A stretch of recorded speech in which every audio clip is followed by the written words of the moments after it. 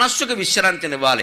మనస్సులో మన వయస్సుకి సంబంధం లేని ఆలోచనలు, మన బాధ్యతలు తీరిపోయిన ఆలోచనలు ఏ వస్తున్నా సరే తోసేయి, నాకు సంబంధం లేదు, తోసేయి, నేను చెప్పను, నాకు సంబంధం అని రక్కండి, నా రామకృష్ణ అంతే. ఈ స్థితికి మనిషి వెళ్ళాలి, 60 ఏళ్ళు దాటాకైనా వెళ్ళాలి.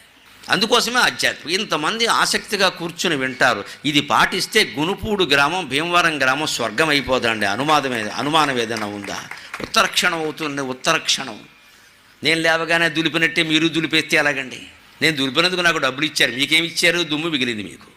నష్టపోయేది మీరేనండి, నేను కాదు. నా దుకాణం రేపు ఇంకో చోట వెళ్ళిపోతాను నేను. కానీ మీకు చెప్పిందంతా వృధా పోయింది కదా, అది ఆచరణలో పెట్టాలి. ఆ తాపత్రయం పడుతున్న తాళాలు విసిరేయండి, పట్టుకోమని చెప్పండి, ఇంట్లో కూర్చోండి, పూజా మందిరంలో కదలకండి. 60 ఏళ్ళు దాటిన వాళ్ళు పూజా మందిరంలో ఉండాలమ్మా, ఆఫీసులో ఉండాల్సిన పని లేదు, వదిలే మొత్తం, ఎవరికిస్తావు ఇచ్చేసేయి. వానప్రస్థాశ్రమం అంటారు, దానికి తెగించాలి. పాడు చేస్తారని చేసుకునేది వాళ్ళని, ఇచ్చేది వాళ్ళకే కదా, వాళ్ళు ఏం చేసుకుంటారో చేసుకుంటారు.